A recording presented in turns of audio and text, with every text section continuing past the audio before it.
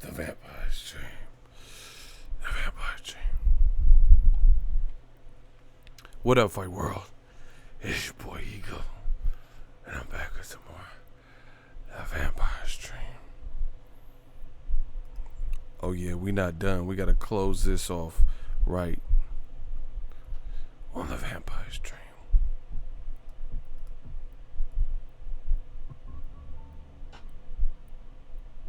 I got a few more thoughts on tonight's fight. Where my vampires at? I don't think this is gonna be too long, so let's jump right into it on The Vampire's Dream. Wow, a lot of boxing on tonight. We had a lot of boxing on tonight. 2 welterweight fights. Danny Garcia looked real good. Real sharp. Bow, power. Like, I gotta watch the fight from start to finish because I don't even know how many knockdowns there were. But from what I've seen, he looked good. Listen, there's a lot of different thoughts. I got a video. It's a longer video. It's my next video that I'll be, cutting up about this Amir Khan thing. I'm impressed with Crawford, man. What he did with I don't want to say too much because I don't want to take away from that video, so you guys can watch it. It'll be the next video I upload. Oh man, Crawford's that dude. I tried telling y'all for the longest. He's a good ass fighter. And people are like, oh, I gotta see more. Crawford went in there with Amir Khan, and you see, a lot of people don't know boxing. Crawford beat Khan at his own game and did it splendidly. He did better than Canelo. Like, if you look at the actual attributes and everything, his skill set, paid dividends. Let's look at it. Canelo fought Khan at 155 with no rehydration clause. And listen, I'm not dissing Canelo. I'm not taking anything away from Canelo. In fact, Canelo is one of my favorite fighters to watch. Very crafty, good offense, defense on point. He's a good fighter. But I'm trying to help. It's my duty, my civic duty, to help boxing fans around the world, put stuff in perspective. But if you think about it, the Canelo fight, Khan had no business going to 155 to begin with, right? He fought Canelo at 155 with no rehydration clause. According to Amir Khan, he says Canelo was over 180 pounds. It did not. Terence Crawford, he looked bigger on fight night than maybe his, Jeff Horn fight. But he didn't look. He didn't look like no 185 or nothing like that. It didn't look like anything crazy. He didn't look significantly way bigger than than Khan. His skills did the talking. Now, the thing with Canelo is Canelo has skills, but I had Canelo losing the first 4 rounds to Amir Khan, pretty easily. Canelo had to make an adjustment. What Crawford did the first time was shit that would work. And more importantly is it's kind of like Errol Spence versus Mikey Garcia. What made that win important and impactful is Errol Spence took what Mikey Garcia is normally good at, and if it was a piece of paper, he crumpled it up and threw it in the trash. This is exactly what Terence Crawford did. If Khan's blueprint for the success he's had in boxing was outboxing guys, Terence Crawford looked at it, crumpled it up, threw it out. Khan is known for, he's known to, some people question his chin, obviously they question his chin, but that's against brawlers and brute force pressure guys, right? This man, Terence Crawford, he didn't come in there overly aggressive to begin, but pure countering ability, pure reflexes, fast hands, and a quick mind produced the first knockdown. And it was only going downhill. You get what I'm saying? So Terence Crawford, he didn't need some supreme like size advantage over Khan. He didn't need some superior height advantage. You know, Khan was supposed to be the guy that outboxes guys. Khan was supposed to be the guy with blistering speed. But Crawford had an answer for everything. This is impressive, people. Bud is next level talent. Like, you know, he's elite for sure. I don't know what else he has to do to prove it, but to me, this is proving it. You know, it's more than knocking out Khan.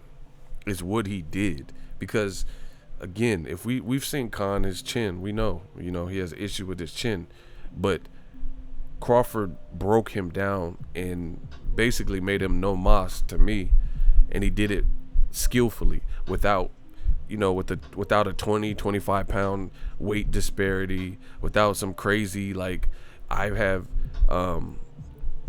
more fights at this division than you. He didn't have nothing.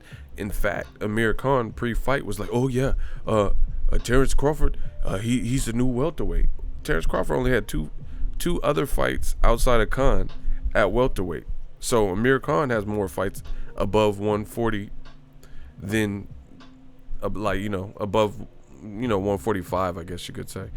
Amir Khan has more experience there. Amir Khan at 145 or higher fought Canelo, fought Luis Collazo, fought Devin Alexander, fought Chris Algieri.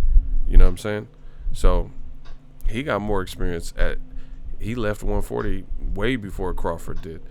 So that was one of the things pre-fight that Amir Khan was saying. He said, yo, he's a new welterweight.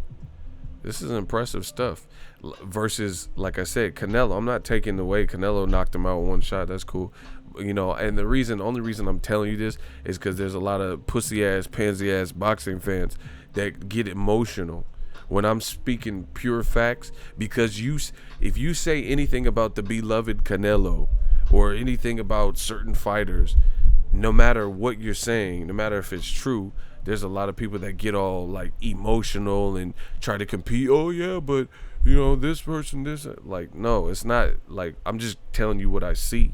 You know, it's nothing against Canelo or I hate him or some stupid shit. Canelo was much bigger than Khan.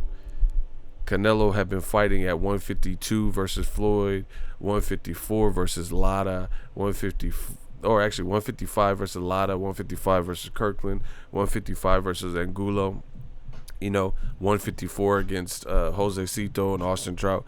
So he was a 150-pound person.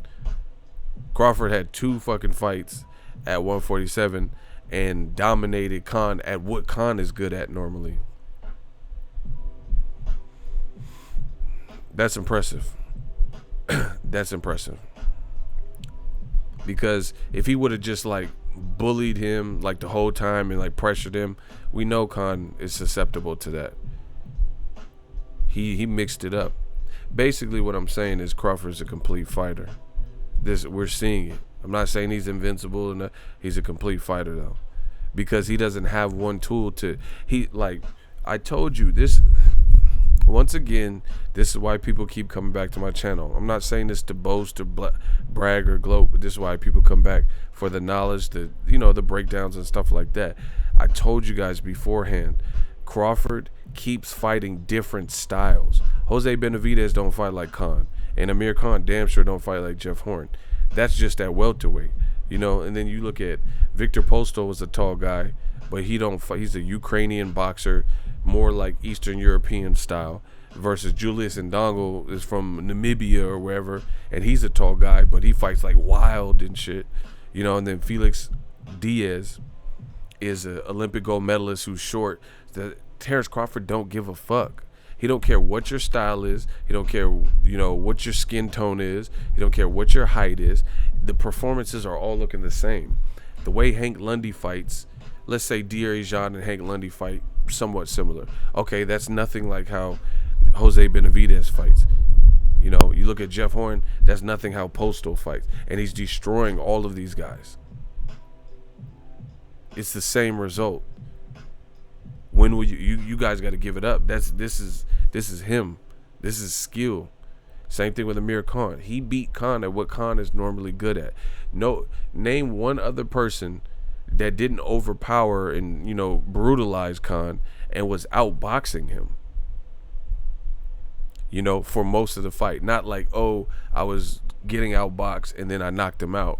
Who was in there toe to toe, you know, standing in front of him and using defense and seeing who landed the better shots and just boxing?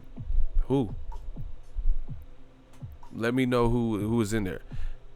Because the guys that gave Khan problems weren't necessarily just like guys who were boxing him.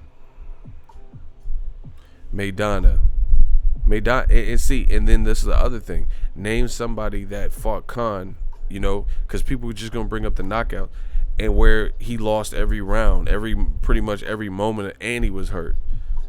You can't say that for really nobody. Maidana got dropped in the first round, wicked body shot, and then later in the fight, he did some good shit and hurt Khan and almost stopped him. But he almost got stopped himself. That body shot, he had a long ass count. Like, you know, it took him a while to get. He was rolling around on the ground. Devin Alexander lost like every round. He's a boxer, southpaw. Chris Algieri, that was a competitive fight, but it wasn't like he, you know, won every single second of the round. Canelo had a functional weight advantage, bigger than, you know, clearly bigger than Khan, and lost the first 4 rounds easy. So, and then he knocked him out with one shot. So that's the margin for error when you're at a deficit with someone with skill like Canelo. Canelo no doubt got skills, but he also has a size advantage, just like Cotto, you know. Skills pay the bills. That's why it's annoying to hear ESPN commentary keep pushing this dumbass power happy narrative, just like HBO. Yeah, Maidana did get hit with the killer body shot, but no one had really outboxed Khan. Exactly. Kotelnik, damn sure Paulie Malignaggi didn't. Maidana got hurt and had to walk through fire and, you know, work his way back in the fight. And then when he did have success later in the fight, it wasn't from he wasn't even with Robert Garcia. You know, I heard he used to not train, so he was just doing it off of instinct, toughness, power, the punching power he possesses, etc. Right? Devin Alexander got blasted by Khan. Canelo was losing to Khan on my scorecard for sure. And if you rewatch the fight, I don't know how you could have had Canelo winning. He was definitely losing. Who else did he fight? Chris Algieri was competitive, like I said. Danny Garcia was competitive. Danny Garcia pulled the trigger in the 3rd round and 4th round, knocked Khan out, timed his shot. You know, that's good. But he was getting busted up in there. Crawford wasn't getting busted up. I guarantee you Crawford's face looked clean. I seen him. I mean, I seen the interviews. His face looked clean. That's what I'm saying. He's a well-rounded fighter. Y'all can say whatever you want. Crawford got skills, man. It's skills. And see, this is the thing. Like, all these motherfuckers y'all be praising because of old media and shit, guess what? They cool, but a lot of them aren't as skilled as the people that I'm praising. Like I said, I like Canelo a lot, but Canelo had okay, put it this way. What if Crawford, everything he did tonight, what if he had been fighting at 155 and Khan moved up to 155? What the fuck you think the fight was going to look like then? Because that's where Canelo fought him. So what do you think that fight would look like if Amir Khan, for his first fight at 155, and Crawford could rehydrate to whatever he wanted to, and he was able to just, you know, rehydrate to whatever, and he had been fighting at 54, 55 for, you know, several fights, at least 10 fights. What do you think would happen to Khan if you just seen what happened to Khan when they were equal size? Common sense. That's why I keep telling y'all, skills pay the bills. Same thing. Like, look at Gennady Golovkin. And I'm not saying these guys are horrible, but look at Gennady. All the praise Gennady Golovkin gets. He's 5'10 and a half, and he's supposed to be like the notorious puncher. But when he got in there with Canelo, he wasn't really pushing him back for most of the fight. He didn't win every single round in the fight. But then you look at Little Floyd, and they say he's a bitch and runner and coward and pillow-fisted and brittle hands and old man.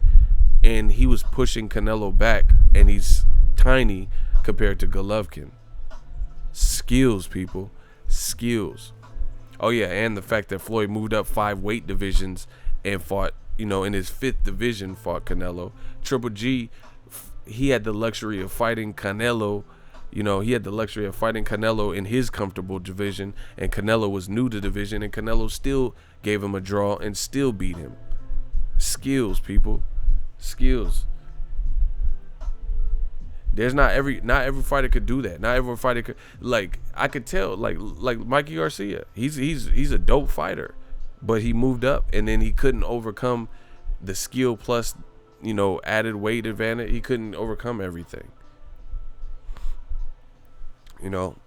Skills pay the bills. I'm really impressed with Crawford. I know it ended kind of funky, but I'm impressed from what I've seen for Crawford because he was beating him in all departments. He had a game on lock. He came out orthodox, which I thought he was going to do because Khan is really good with southpaws. He might be undefeated with southpaws, except for Crawford if you count him as southpaw. But he came out ortho, which is what I expected. Then midway he switched and he was still piecing up Khan. And I told you this before the fight, so I don't have to add on shit after the fact. Khan, to me, looked like he was in better shape for this fight than he did for Canelo. Because I went to the Canelo-Khan fight. He looked like he was more disciplined in this camp. I went to the media day and everything for the Canelo fight. He looked more disciplined in this. So, the only thing you could say is Canelo knocked him out brutally. So I don't know how much, damage that did to him because he did get knocked out bad by Canelo, but if we're just going off of the performances, Khan is hard to outbox, and then Crawford pretty much made it look easy. That's the mark of a good fighter, and not only good but complete. He beating you at your own game. It's one thing to beat someone at your game, but to beat them at their game, this is the upper echelon. That's what Errol Spence did to Mikey.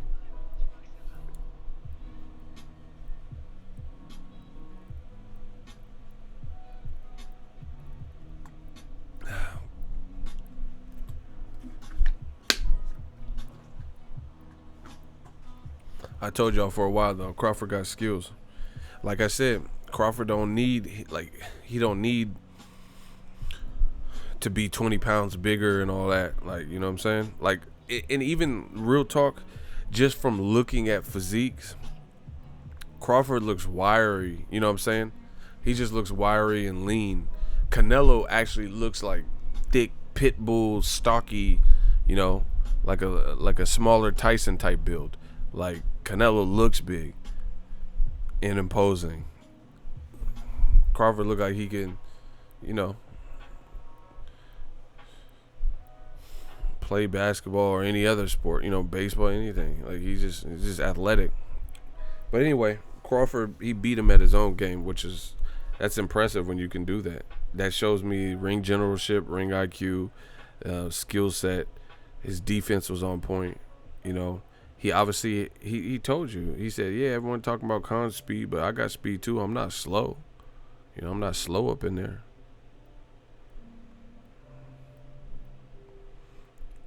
And then the other thing that I noticed personally, I think why Khan wanted out, that body work was fucking nasty. And the thing is, Crawford is it's like almost weird how good he is because it can come out of nowhere. Like I thought earlier in some of the rounds, I thought he should have been going to the body a lot more anyway, because Khan is supposed to be known for being fast and whatever. So I thought he should have been trying to chew up his body. But then he had one round, like round 5, I think, and he started destroying Khan's body. And Khan was tucking his elbows and shit. I'm like, ooh, Khan's getting hurt by body work. He don't he not liking that body work. He not liking that body work at all. And I think that was a major part of the game plan. The other thing is, I had Khan winning the first 4 rounds with Canelo. And then I gave round 5 and obviously 6 when the fight ended to Canelo. But Crawford got a knockdown in his first round. And the reason he got it was Crawford, I thought Khan was winning the first round. You feel what I'm saying? Like, Khan wasn't doing nothing crazy. He was just, it wasn't like super like action packed, but I thought Khan was doing enough to win the round because he was a bit busier. But as soon as he got out of position, he got decked with I think a hook, and then the speed and quickness and the reaction time of Crawford, he bop and hit him again, and he was hurt by the first shit, and then that hook just sent him all the way down to the canvas. So that was like a filler round. You know how they say Crawford's a slow starter? That was really a filler round that would have went to Khan.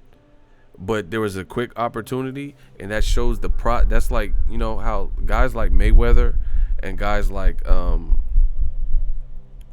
Terence Crawford, they have quick reaction time and quick processing time. Like, you have to look at it. Floyd Mayweather, the reason he knocked out Victor Ortiz with that 2-piece is instinctual. He hit Victor Ortiz like, bow! And without thinking, he hit him with the second, with the follow-up shot. While Victor Ortiz was looking at Joe Cortez, he was like, bow! Then he looked at Joe Cortez, and then Floyd just followed, bow. That's that reaction time. He got the adrenaline going, and he just, bow! And Victor Ortiz was done. Crawford has really quick reaction time. It's just like a quarterback. You look at Tom Brady, Aaron Rodgers, elite quarterbacks, their release time is ridiculous. Like, they can read the defense and, they're trying to blitz me. Get rid of that. Get rid of the rock ASAP. That's what Crawford has. He would have lost that first round if the last 30 seconds or whenever it was looked like the first couple minutes, he would have lost that one. He would end up losing that first round, but he seized the opportunity because it felt like, Khan made a mistake. Do you get what I'm saying? Khan made a quick little mistake, and he just hooked him, and then he sat him down. So that created a 10-8 round just off a rip. Yeah, I would have been mad at that Ortiz headbutt shit. That was weak. Yeah, Crawford's a beast. I thought Danny Garcia looked good too. The boxing's in a good spot, man. Yeah, I like Danny Garcia too. I like how he looked. Cause Adrian Granados is tough. I gotta watch. I don't want to talk too much cause I fucked up, y'all. I was watching this top rank card and watching Felix Verdejo, and his performance wasn't even that good. And the Danny Garcia fight had started, so I came into it mid-round. And a couple rounds had passed, and I had to go back and look at the round 2, but I haven't watched from the opening bell to the end. But I caught it, I don't know, I caught it round 3.5, 4.5, somewhere in there. So I got to go back and watch all of it because I kind of just reviewed some of the rounds that I missed watching that Felix. I should have definitely turned. I didn't think the Danny Garcia fight would be on that early, but I definitely should have watched that because the Felix Verdejo fight was not that tight. The Vampire Stream. Make sure you guys smash the like button because you guys, we have to get back on the ball with that. If you guys like these live streams, I like them because I get to talk to y'all, and I just get to rap to y'all and talk this boxing talk. But if you guys really want these live streams to keep coming at you, it seems like people enjoy them. We have a good time. Y'all got to hit that like button. Just make it a mandatory thing because I'm not going to get into it, but regular videos and live streams aren't weighted the same in the YouTube algorithm. You know what I'm saying? So we got to make this a team effort and make it worth it for everybody. It's all good. Ego, lots of boxing. Yeah, there's a lot of stuff. Let's talk about the Bob Arum part. That part didn't sit well with me. I thought what Bob Arum did, that was like a cheap shot. Like, you got a main event that ended in a, probably the worst way like controversial or awkwardly, and then you immediately try to divert the attention to Al Haymon, and that's just to me it was just hating. It is what it is, hating. Like just to outright say, yo, I want to make a fight, but he don't want to make the fight, so blame him and boycott his events and don't watch. Y'all shouldn't patronize PBC events. Like that's to me, Bob got to read the 48 Laws of Power, because that ain't it. That's not it. That's not the 48 Laws of Power. That makes you look like that. I don't know. It makes you look insecure about something, because that's, to me, that wasn't the way to handle it. Beyond that is, what do you expect? How you expecting to, let's be real with ourselves and not kid ourselves. How you expecting to want to do business with someone and you on pay-per-view calling them out and telling them they ain't shit and telling the whole world to not fuck with their movement? I mean, in what world would that be acceptable? You know what I'm saying? That's like me telling Corrupt, the rapper, me saying like, oh yeah, man, Corrupt, he a buster, blah blah blah, but I want to do a song with DPG. What? You want to do a song with DPG, but you talking shit about one of the members? That just, it doesn't make sense at all. You really want to make the fight, so you want to make the fight so bad, you're telling people to not support PBC. That's not copacetic. That don't make sense.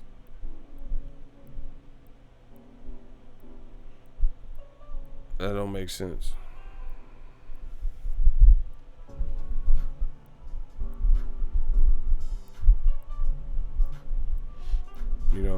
Because I feel like if you really want to work with someone, you should be trying to bridge the gap instead of create one.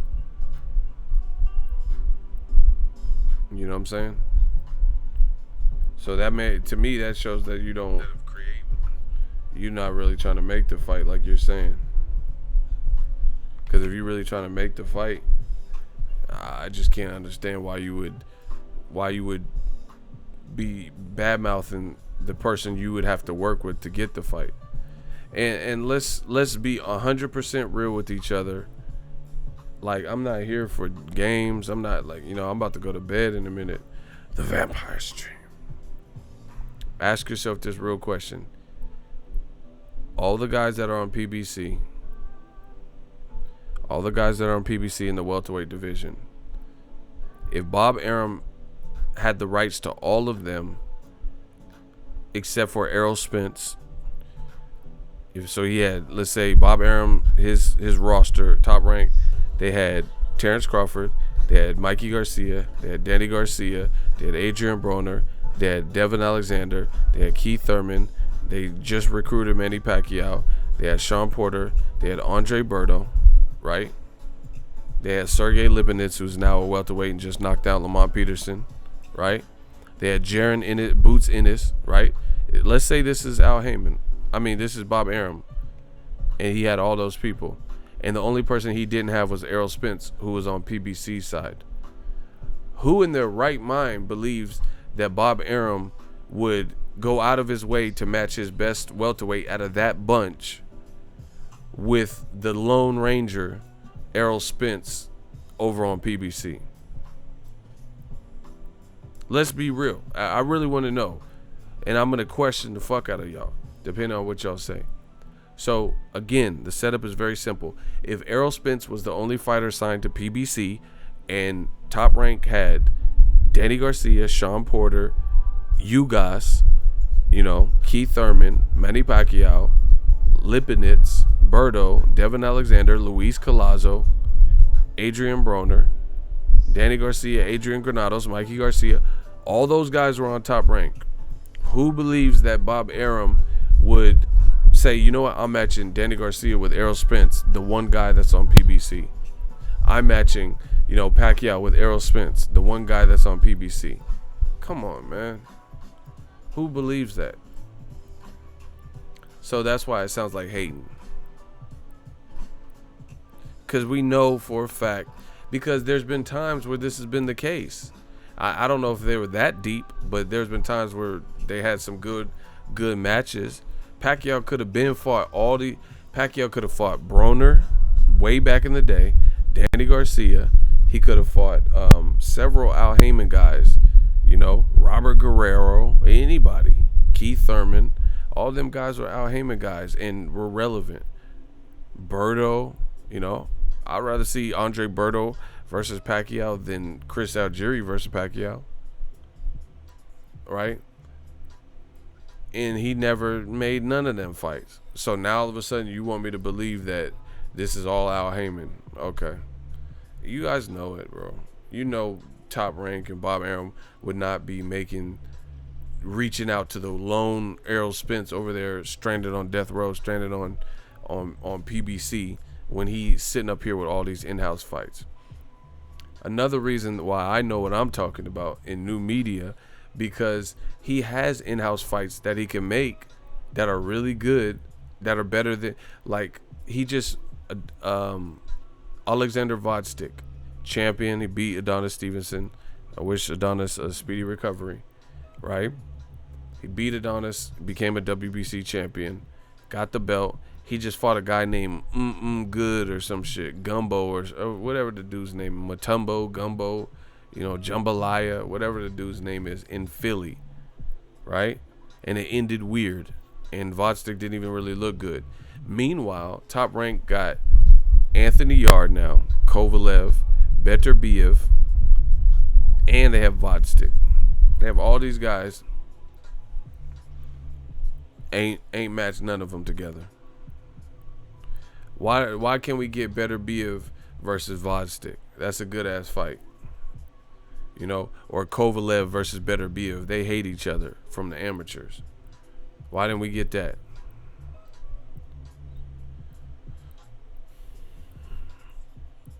So you want me to believe that this is, see, it doesn't make sense unless you, like, I could understand if any of these promoters were exhausting all of the best, making all the best in-house fights and exhausting all the options, and then they're out of options. Like, damn, Alexander Vodstick, he already beat Beterbiev and Kovalev, and we ran out of people for him. You feel what I'm saying? And he's like, now we got to reach out and fight Marcus Brown on PBC because we already ran through everyone we could on the Top Rank side. That would be one thing, but we know that's not the case. I agree, ego, but that's the quote-unquote business side of Bob Arum. He does it all day long. It's like he just avoiding fights until the interest maxes out, then he'll cash in. Well, I mean, and I don't care if that's the case. Then no one's gonna believe what you're saying until that happens. They got some Top Rank fights that I would love to see. In-house shits. They had Rigondeaux and Nonito Donaire, and I was like pulling teeth to finally get them to fight. So, why are you so about this Errol Spence fight and some of the in-house fights aren't being made? How come Crawford couldn't fight Pacquiao when you had both of them? These things don't make sense. You had Pacquiao and you had Crawford, and they never fought, and they still haven't fought to this day. To this day. So, how come? If you're so concerned with making in-house and out-house fights, then how come you couldn't even make some of the impactful matches with your own thing? Why can't we get Lomachenko and Teofimo? Fuck Spence and Crawford. That's cool. I want to see Lomachenko and Teofimo. And you have every right, it'll sell. Teofimo keeps getting knockouts and doing backflips. Loma's a good fighter and a 2-time gold medalist. Why can't I get that? You know what I'm saying? See, look, Ray says, I'd rather see Spence versus Thurman before Crawford. And that's the other thing. Bottom line is, every promoter has their own kind of game plan and marketing strategy and path for their fighters. None of these dudes would do any different. If they can make the in-house fight first and keep the money in-house, they all do that. Period. Top Rank made a whole history of this. I didn't want to see Pacquiao versus Jesse Vargas at all. I didn't want to see Pacquiao versus Bradley 3 at all. But that's what they made. You know, the in-house fights or the fights with like much smaller promoters so you don't have to pay them shit. You know, like where it's like Lomachenko versus some motherfucker from Thailand or something where, you know, he don't have no big name or whatever. So you just, you know, whoever. Guys like Miguel Madriaga or something. Madriaga might not be a top rank. Well, I think he is, but there's other guys like that, and those fights get made relatively easy. Oh, yeah. I forgot. Smash the like button. Oh, yeah. I forgot. If Arum is being so sincere and throwing the blame and throwing Al Haymon on the bus and saying he's totally to blame, then please explain this. When you guys are ready, can I get a hell yeah in the comment section? I would love to hear one of you guys explain this to me. New media. I told you. We the new wave. We control the narrative. When you guys are ready to hear this awesome point that I know no one has an answer for, can I get a hell yeah in the comment section? You see, you're not going to hoodwink and, you know, bamboozle people where we don't know what's going on. We know what's going on. Trust me.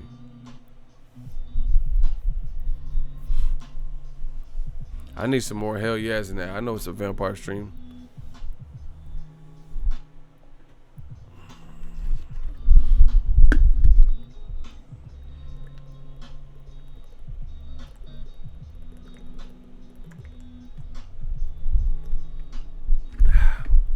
I know they can't answer this question.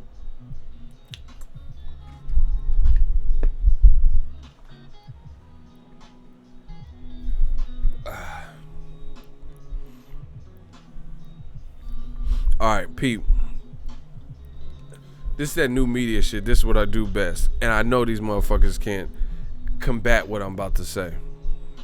I told you, I'm like Floyd Mayweather with this shit. This shit's some easy work. Okay. So Bob Arum is preaching how Terence Crawford wants to fight, which I do think Crawford would fight Spence. Like he's not afraid to fight, you know, whoever. But he's making it sound like we really want the fight with Errol Spence. Crawford wants it, we want it. Errol Spence probably wants it, but Al Haymon is the one throwing the cock block and monkey wrench, blah, blah, blah, right? So answer this to me. You so desperately want to work with Al Haymon on the Errol Spence joint, right? You want to work with Al Haymon on the Errol Spence Terence Crawford fight, and you just want to do it so bad, and the only roadblock per your, you know, in your mind is Al Haymon. He's the cancer boxing and he just doesn't care. Then answer this for me, and I know you motherfuckers can't answer intelligently. Why are we not getting Deontay the Bronze Bomber Wilder and Tyson Fury rematch right now? Deontay Wilder is a PBC Al Haymon fighter. Al Haymon devised PBC. That's a fact. Tyson Fury was in negotiations with Deontay Wilder, and now he's with Top Rank, and now he's with ESPN, as well as Frank Warren. Frank Warren has on record saying ESPN and Top Rank had plans, and they want 2 tune-ups. So the fight might not happen until 2020. So if anybody believes this bullshit, then I don't even value your opinion, to be honest, because if you care so much about making impactful fights with Al Haymon, then why would you have gotten the way of Wilder Fury 2 when they were already in negotiations? It was a 50-50 split. If I call Wilder right now, you know, and wake him up, he might knock me out. You know, if I call him right now, he'll tell you he wanted the Tyson Fury fight next. Right?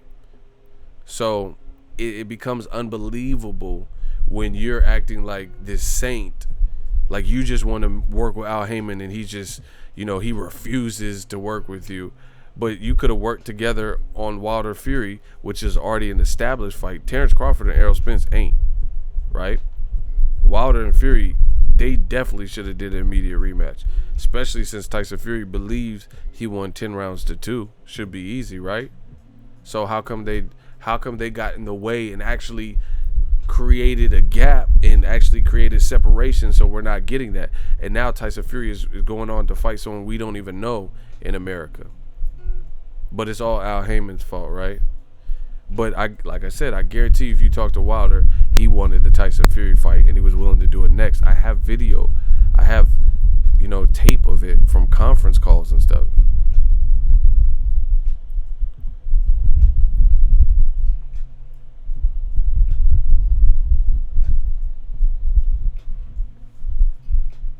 So we know that's not true.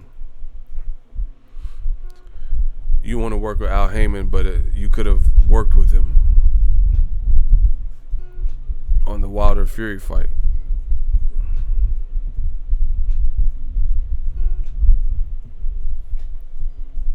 It could have been on the Wilder Fury fight, and then you actually got in the way, so that shit's not happening.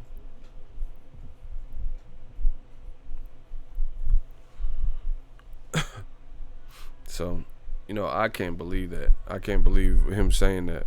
Like, oh yeah, it's Al Heyman's fault. Okay, so why doesn't he bring up Wilder Fury? So that's Al Heyman's fault too? Like, Al Haymon didn't want to make Wilder Fury?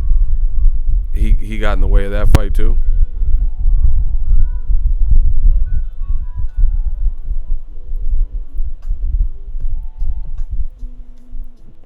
Who got in the way of that fight happening?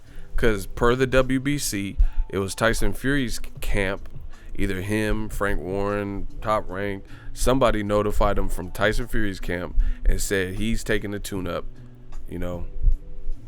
even though they ordered Wilder Fury 2, and the whole world thought Wilder Fury 2 was going to be next. So Bob keeps running his mouth because he knows Al Haymon won't respond publicly. Yeah, plus I think the other thing here is this. He knows he don't have no one to feed Terence Crawford. Terence Crawford, you seen what happened with Amir Khan. No one wants to watch that again. Even if Khan, he's claiming he didn't quit and all that, whatever. No one's going to want to watch that again. Because we've seen enough of what we needed to see to know what it is and to satisfy our curiosity. So that's one less opponent. And he knows that if Al Haymon starves him out and just makes the fights internally, he could do this for quite some time. Meanwhile, he don't have no way to really build Terence Crawford, which is the what I said from the beginning. Same shit I said from the beginning. How is he going to build Terence Crawford without working with another promoter? How? Mean Machine?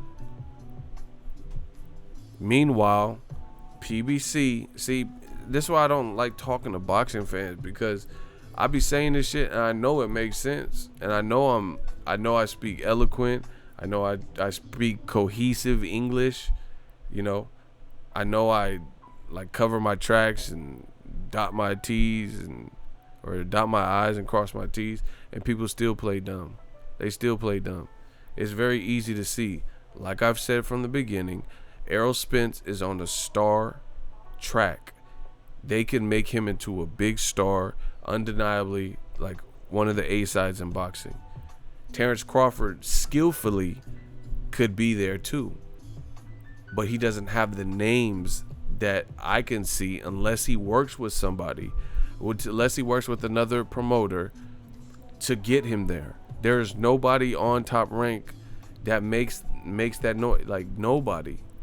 Or there's no like guy with like a small promoter that does business with Top Rank that gets him there. The biggest fights are for Crawford without doing something crazy like moving up to 160 or 54. And the thing is, Bob Arum and Top Rank, they don't have no stable at 147, 154, and 160. Who do they have at 154? So he can't even do that, because the 154 guys, you got Jaime Munguia with DAZN and Golden Boy, and he didn't even look good that his last fight. And then you got Julian J. Rock Williams, Swift Jared Hurd, Edislandi Lara, Terrell Goucher, Jared Hurd, Austin Trout, Jermell Charlo. They're all with PBC. That's the best guys at 54. And then you look at 60, DAZN got most of those guys, except for Jamal Charlo, who PBC got. So there's no one from 147 to 160 that makes sense for Crawford to fight. I'm not saying he should move up. You guys get what I'm saying. I can't think of anyone. And you don't really have anyone with top rank at 140 that looks worthy to, like, looks like they'll be able to move up and fuck with Crawford. Who? Jose Ramirez fought a guy Zepeda, and he didn't look that great to me. So who wants to see him move up to 47 to fight Crawford? And then the other thing is Crawford already beat the other guys, like Jose Benavidez. That's already done.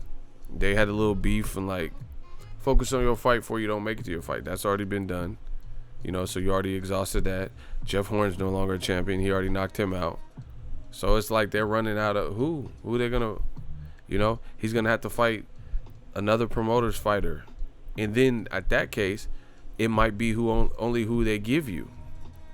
Like, beggars can't be choosers. Al Haymon might be like, all right, you can make Luis Collazo and Crawford. That was the rumor before Khan. See, I think Bob Arum realizes this. Because then he's going to be stuck just fighting the John Molinas and Felix Diaz and Luis Collazo, guys that don't make Crawford into a huge star or give you a huge event for ESPN. Because the thing is, UFC, I think they're doing pretty good numbers on ESPN. And, you know, it's a competition over there, I'm assuming. You know, they have sports programming. They're going to want Bob Arum to deliver big matches. They're going to want UFC to deliver big matches. That's what I would imagine. You know, so if they make Crawford versus Collazo, like, Al Haymon's like, yeah, all right, you can use Collazo. That's not going to be some major fight. Stylistically, it's not a horrible fight. I'm not saying that, but I'm just saying it's not going to be bigger than Mikey Garcia, Errol Spence. And I think that's the real reason for Bob Arum ranting and all of a sudden wanting to work with other people. You know, why didn't Bob have the same energy with Mayweather Pacquiao? We could have been seeing that shit.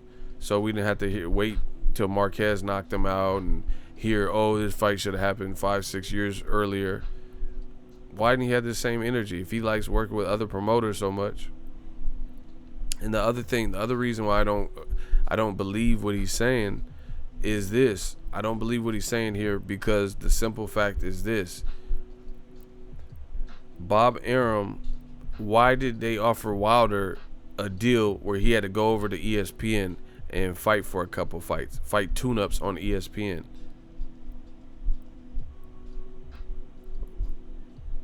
Instead of just doing a once and done to handle square business and settle the score with Tyson Fury, and then each person goes back to who they want, who they were with before. Why didn't they just do a one-time fight? Because it would already be a rematch. They trying to lock Wilder into an ESPN deal. And see, I think Bob Arum realizes, like, you know, you don't have the power. You know, you don't have the power to do that. You know? And I think he's trying to deliver a big fight for ESPN, and he knows all roads lead to Al Haymon. You're going to have to go to Al Haymon. Shit. Put Lomachenko. Tell him to move up. He's better than Muhammad Ali. Tell him to move up to 47. I'll watch that. I'll pay for it. Mikey Garcia did it. What's the difference? Mikey Garcia moved up. Mikey Garcia and Lomachenko started in the same division. And Mikey Garcia just moved up to 140. And then he moved up to fight Errol Spence at 47. So let's see Lomachenko, since he's better than Muhammad Ali and Floyd, and he could beat Floyd and shit. Let's see him move up to 47 to fight Crawford. I'll pay for it. You don't have to worry about that. I'll pay for that. See, look, Loma versus Crawford would be a success, but he don't want to do that. He don't want to put his dude in there. See, that's what I'm saying. Al Haymon is a black man in America. You already know he getting hate for being like successful and shit like that. Once again, how come Mikey Garcia has been working with Premier Boxing Champs? He's a free agent, but he's been working with them. And Al Haymon made Mikey versus Errol Spence. Mikey, people told him not to take it and all types of shit. Al Haymon didn't talk him out of it. Al Haymon didn't say, nah, Mikey, I'm not going to let you do that. I'm not gonna let you fight Errol Spence. He's too good, or he's too big for you. He said, all right, that's what you want. Let me talk to Errol Spence and Derrick James. All right, they said they with it. They can't get no big names. They said they would love to have it. Let's put it in Texas. Fight was made. So Al Haymon didn't trip. He gave Mikey the opportunity he said he wanted. I see something. So why can't Lomachenko see something at Terence Crawford at 147? In fact, Lomachenko a couple years ago called out Crawford.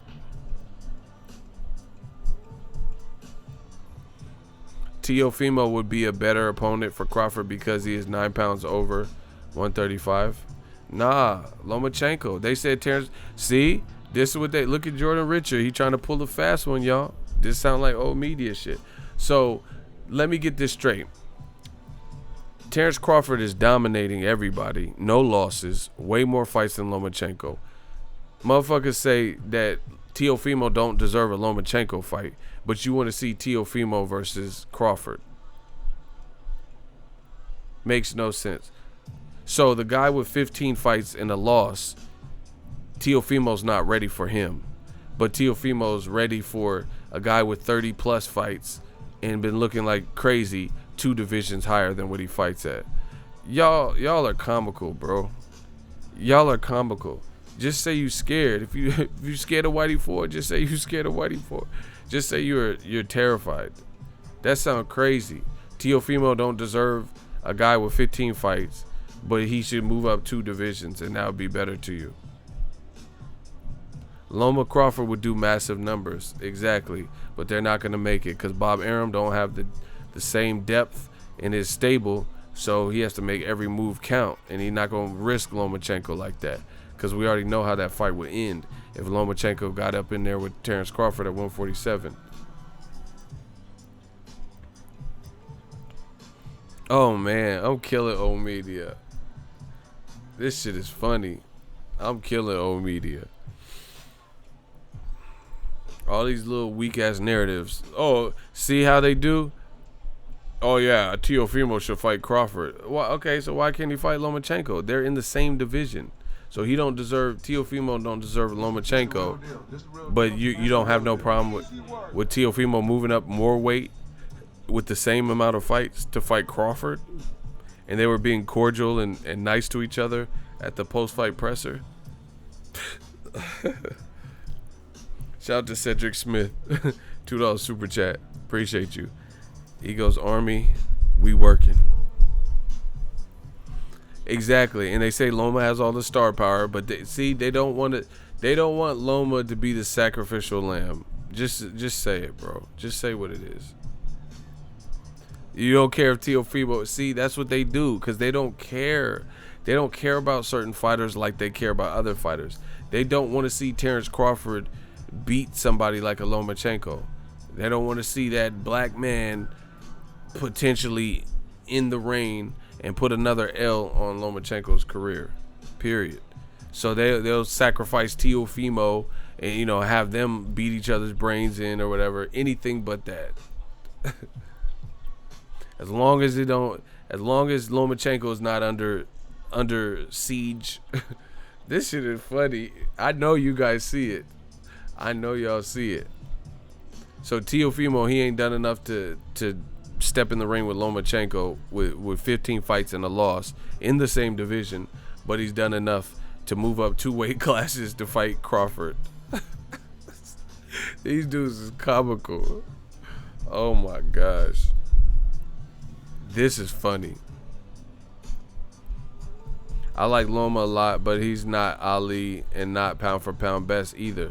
Listen, like I said, now you guys see why I have Crawford over Lomachenko.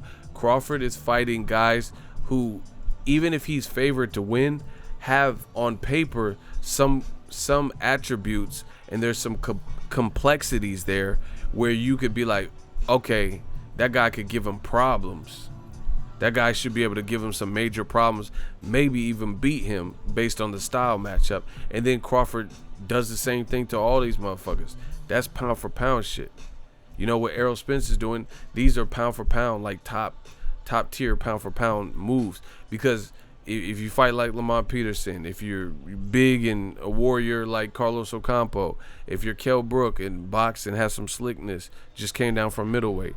If you're Mikey Garcia moving up and, you know, good technical, one of the best 1-2s in boxing, still getting beat up. Same thing with Crawford. These dudes is beating up whoever. It's just all looking the same, pound for pound. Lomachenko ain't doing that. Lomachenko ain't fighting the different styles that Crawford's fighting, different heights, different sizes. Like I said, Amir Khan fights completely different than Jeff Horn. Jeff Horn don't have Khan's speed and move. He don't move like him. And it don't matter because Crawford's destroying all these. He's figuring it out, making these adjustments. Making all these adjustments. So he's figuring out whoever's in front of him. You know, this is like Floyd shit.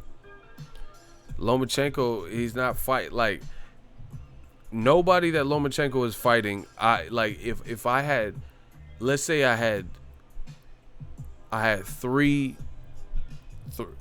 I had a chance to put 3 names in a hat. None of his last 8 opponents would be like who I would have picked. Do you get what I'm saying? Pound for pound list is the worst thing in boxing because it's based on stats, just some lame way of the powers that be to express their bias. Yeah, nobody believes it. See, I'm not even mad at Canelo, especially if Canelo beat Jacobs. I'm not See, I'm a reasonable person. If Canelo beats Jacobs and you put him number 1, I wouldn't even be mad at that. You know, you could put Terence Crawford there, you could put Canelo.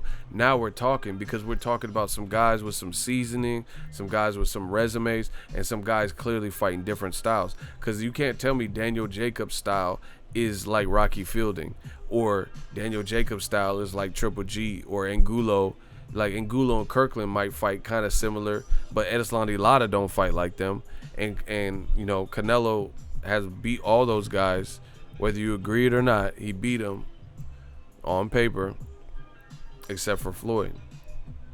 So yeah, I wouldn't even be mad at that. But like I said, for me, Lomachenko has to fight someone that I think is stylistically a threat, and then do what Crawford did. Like I told you, I picked Crawford because he has way too much momentum, way too much killer instinct. I picked him by stoppage. I said rounds 8, 9, or 10.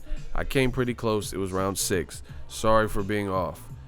But I told you guys, at least stylistically, Amir Khan, on paper, at his best, should be able to, you know, make it interesting. And it was less interesting than I thought. I thought Khan would do a little bit more, a lot of bit more. It said, man, Ego, you gotta have to chill using all these facts and shit. You know the old guard prefer personal opinion, wild speculation, and borderline insanity when picking top fighters. My bad. You right about that. My bad. You know, talking about Chocolatito. If Terence Crawford and Chocolatito were equal in size, Chocolatito would be turned into melted chocolate. He would get turned into Hershey's Kisses. Stop playing with me, bro. You can't even beat Sor Rungvisai, who's a Muay Thai fighter turned boxer who eats rat. He was eating fricasseed rat, and he's a former Muay Thai fighter who hasn't even been boxing. Lost to a guy that you beat in Carlos Cuadras, and you can't even beat him, and he's like wild with no technique. If Crawford was the same weight as Sor Rungvisai, he would do him greasy, because he has so many, like, I like Rungvisai because he is what he is, you know, but he's a guy with crazy power and, you know, and a hard head who's a warrior, and you got to deal with that.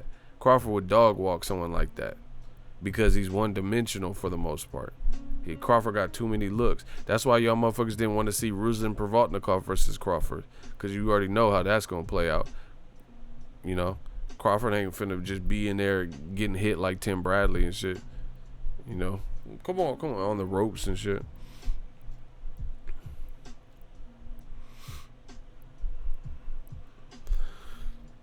So, yeah, man, it's just I gotta see for Lomachenko to really emerge. Like even Usyk, they're from the same, they're friends and all that. Usyk has showed me something. He showed me more of what I need to see than Lomachenko has. Because Usyk man style going in other people's backyards and beating the fuck out of them. Knocked a former champion out, Tony Bellew, and had him like done. You know what I'm saying? And retiring him. That was some cool shit. And now if he go in there and dog Carlos Takam, and Carlos Takam can make it crafty. So what if Usyk beats Carlos? I mean, I know it's a little bit, it's not all the way consistent because Joshua had him a couple fights ago. But he had already been knocked out by Povetkin. So if Usyk make it look easy and Joshua, didn't necessarily make it look super easy, then, it's going to show you some skills. But Takam did get knocked out again since the Joshua fight. So, man, Khan got tore up like a roll of paper at a cheap chili restaurant. Hey, bro, you tripping. I still can't believe that man quit. Yeah, that was a quit, bro. I think that body work. Here, listen. My theory on why Khan quit makes sense. And I'm gonna give you a sneak peek, but my next video I kind of talk about this, but I want to talk it to in my live stream because maybe they can't watch it because it's a longer video. But this is my theory on why Khan quit and why I consider it quit. Because first of all, he said he got hit in the nuts. Your nuts ain't on your upper thigh or wherever, so that doesn't make sense to me. Second of all, you have 5 minutes to recover, and within 40 seconds to a minute, you're shaking your head, talking about I can't continue. Who wouldn't at least take the 5 minutes to see if if you start feeling a bit better? You just like, nah, that you want it out. That's just what it is. He can say whatever, I'm not stupid. You have 5 minutes, and within the first 40. Of course, if something just happened, it's gonna hurt. So within the first 45 seconds that you don't want no more. But you like, why don't you wait the rest of the 4 minutes and 15 seconds? I would just take the full five minutes. That's better than a pay-per-view being stopped. You know what I'm saying? And he talking to Virgil, like, what would there even be to talk about? You would be just trying to shake off whatever just happened. Like, that's, man, hell no. I've been hitting the nuts. Playing baseball and shit, like I've been hitting the nuts. It hurts. But they got a cup on and all types of shit. But anyway, aside from that, like, why would you even be looking at Virgil and shit like that and shaking your head? It's like when your parents say like you having nightmares or something. They're like, hey, you want to sleep in our room? And you're like, because they offered it. That's what happened. Virgil Hunter, hey, you want to sleep? You want to sleep in our bed tonight? You having nightmares? Man, he knew that it is what it is. He knew the end was near, or it wasn't going his way. He found a way out because he jumped at the opportunity as quick as. Like I said, why wouldn't you go through the 5 minutes and just see if you could continue? Like, ooh, shit. And then, like I said, if you're in so much pain, agonizing pain, you're not gonna be talking to people and like responding to people outside of the ring. Why would you do all that? Why would you just be like, like, I know, like, one thing that hurts is when you stub your toe barefoot on the bedpost. I'm not trying to talk and have conversations about it. I would just be like, fuck, I would just pace, walk it off. Or baseball, when the pitcher beams them and hits them with the ball, and they just walk. They're not having a lot of dialogue and saying, hey, take me out the game permanently. Come on. You just walk it off and hope you feel better. But in my opinion, the reason why is like what I said earlier. Khan got beat at his own game. So I think that left him feeling kind of hopeless. You get what I'm saying? Because before, I think Khan knows his his chin, and he knows guys that put him down that are pressure fighters and big punchers and brawlers and stuff like that. But he was getting beat to the punch. He was getting beat orthodox, getting beat southpaw. That body work wasn't feeling good, and he was getting hurt, and he was getting outboxed. So he's like, basically, what the fuck am I going to do? What am I going to do when I'm trying to outbox this guy and he's outboxing me? Plus, he's hurting me. What are you going to do? How am I going to turn this around when I can't seem to not get hurt? I'm getting hurt to the body. I got dropped in round 1. And then when I try to outbox him, he's real quick on the counters. And, it just, that's why. Because when a guy's a brawler and he's like, okay, shit, and he gets knocked down and gets back up, he knows he has a chance to get back in it boxing-wise. But a reason to me that makes sense is the reason you would quit is because you didn't see your boxing pulling you through it, because you're getting beat at everything, every department. So that's why. Versus when you wanted to keep going with, like, Bradis Prescott or Danny Garcia, you want to keep going because you were doing good in the fight, outboxing Danny Garcia the first 2 rounds. So, oh shit, I was doing good until I got caught slipping. Or Samuel Vargas, you're like, oh shit, he put me down, but I could outbox this dude. But he was being met with resistance at every turn versus Terence Crawford because of the ring IQ and the savvy, and Crawford's just a complete fighter. So I think that's why he didn't want to continue, because it's like, if you can't out-brawl, out-punch, and beat a guy that way, like brute force or whatever, and then he's outboxing you, and that's what you normally do well, then how you gonna win? If anything, it could set up an embarrassing loss, the way it was headed. Crawford's just too sharp. He's just too sharp.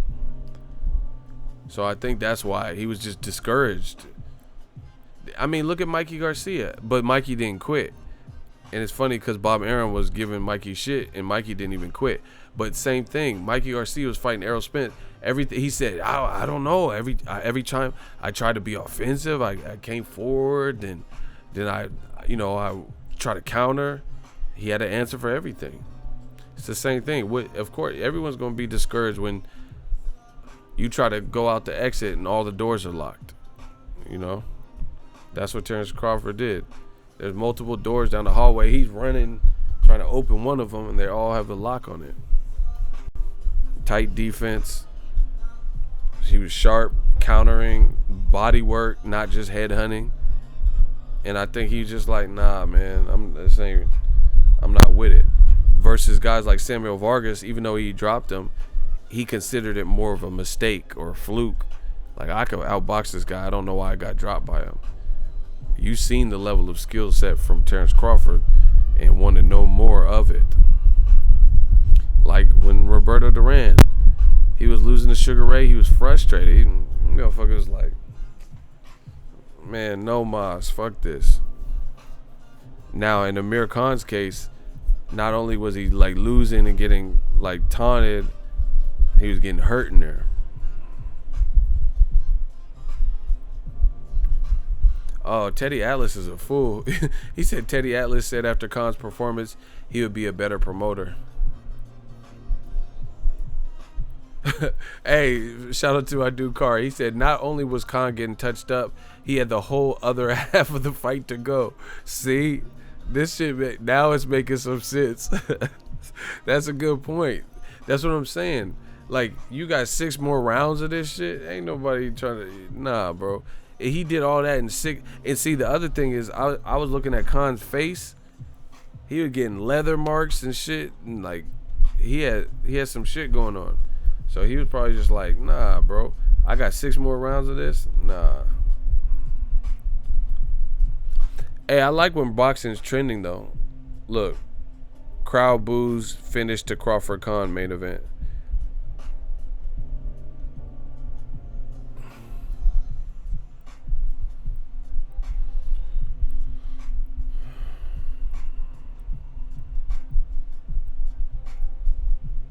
This look like acting though. I'm looking at it right now.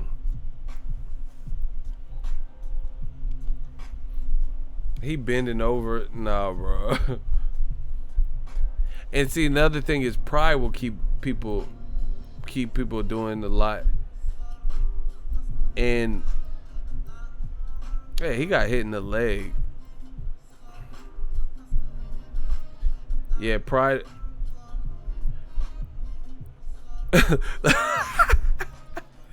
Hey, hey, Bud is a fool. I can't stand Bud. Look at Crawford's face when he's seen Amir Khan quitting. Hey, Bud is a fool. Look at Bud's face. He's like, this motherfucker just gonna quit on me, huh? He's like, yeah, after all I did for boxing, huh? You think you could do this to me? Look at that disappointment. Look, he like, this motherfucker, just when it was getting good. Why? Hey, Bud is a fucking fool, bro. Look at his face, though. That motherfucker. This motherfucker, he had his hand up like, this motherfucker gonna quit. All right. Y'all know I won that. That's hella funny. This dude looks salty. See, that's how I know Bud's a serial killer. Because he wanted it to go on. He wanted to try to destroy Khan. And he mad because he didn't get to release the Super Saiyan. He didn't get to go Super Saiyan on Amir Khan like he wanted to. So he's like, he disappointed with himself. That's how much of a competitor he is. He mad because, you know, he just got Majin Buu. He didn't get to go Super Saiyan in front of the crowd. So he was disappointed. Yeah, he mad.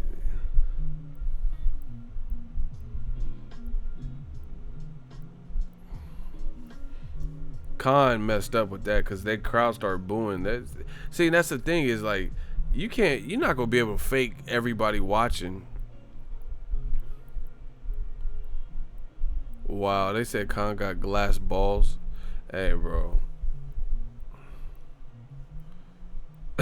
I'm done. This dude said.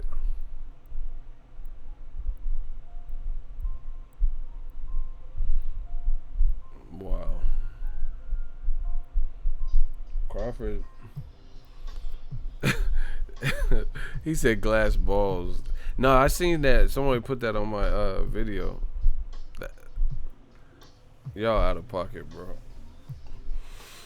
Yeah, but I think that's why he was discouraged. He was just getting beat at every turn. You know, what are we doing? 6 more rounds of this? He was like, nah, I'm out. You know, because Broner kind of looked for a way out in the Maidana fight. Because Maidana went like this and headbutted him. And Broner was like, and he started rolling around on the ground. And it looked super, like, put on. Like, you know, it's like, damn. He rolling around on the ground and all that. He was trying to get Maidana disqualified or some shit. Khan was getting tore down. Yeah. Man, I can't believe, like I said, I've seen Khan stand up when things are going to his way.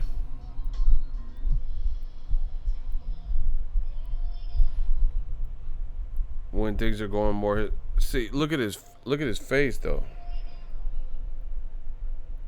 Look, 6 rounds. That's only 6 rounds worth.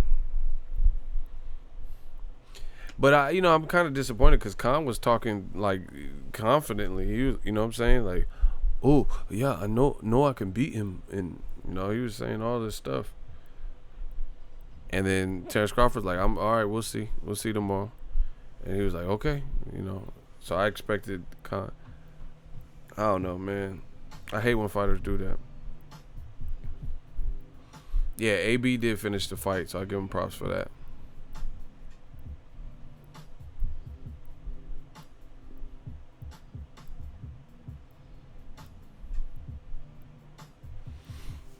Yeah, man. I don't even know where Khan goes from here because that's you know.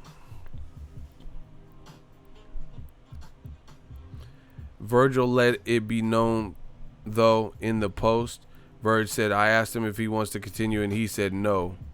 Then stared at the commentator. Oh, I didn't even see the post. But, yeah, bro, they saved him from another probably knockout. Not probably. He would have got knocked out. How could he have 6 more rounds of that? You know, what is he? And see, this is the thing. Is like Amir Khan is not like one punch game-changing power. And you don't even have all your senses. And you're taking a beating. It's going to be harder and harder.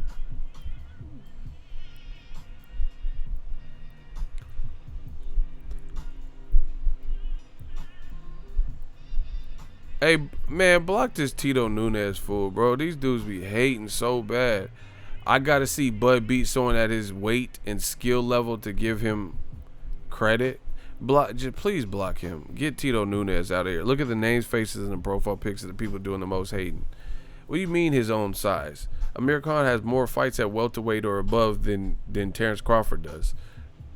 Get these old media motherfuckers out of my shit, bro. That's some hating ass shit. You a hater, dog. He said I gotta see Crawford fight someone his own size. Who you want to see? King Kong Bundy? Like who's he supposed to fight? He has less fights at that weight, or you know, Crawford has he only has 2 fights at 147. Just being realistic. Okay, block Tito. Get him out of here. He said he's being realistic. I have to have Canelo ranked higher for him beating Triple G twice. So you're being realistic and he didn't beat Triple G twice. Block him. Block this motherfucker. Bro, thank you. He said I'm being realistic and then he lied and gave Canelo credit for a fight that he didn't even win. It was a draw. Get these motherfuckers out of my shit, bro. I don't care if you're a boxing fan. I don't want you on my shit. If you saying stupid shit like what he's saying, I really don't. These motherfuckers, I don't like these hating ass motherfuckers, bro. They be hating. I don't want them on my page. Ever. He talking about, yeah, Canelo has to be higher because he beat Triple G twice. What? They just make up their own reality. He beat Triple G twice and he only has 1 win over Triple G.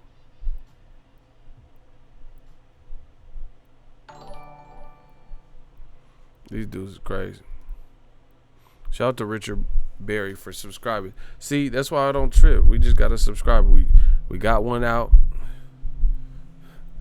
Hey, Ronald Finkley catching bodies. He said you better have your comment directed. See, y'all better direct them comments. Aim them with who you trying to speak with. Yeah, he's being unrealistic. He said Crawford got to fight someone his size. Khan looked slightly bigger than him, you know, at the weigh-ins and shit. Anyway, that's my time, people. The Vampire Stream. I'm going to go to sleep before the sunlight. That's my thoughts. Props to Crawford. Sharp shit. We'll be back with some more heat. The Vampire Stream.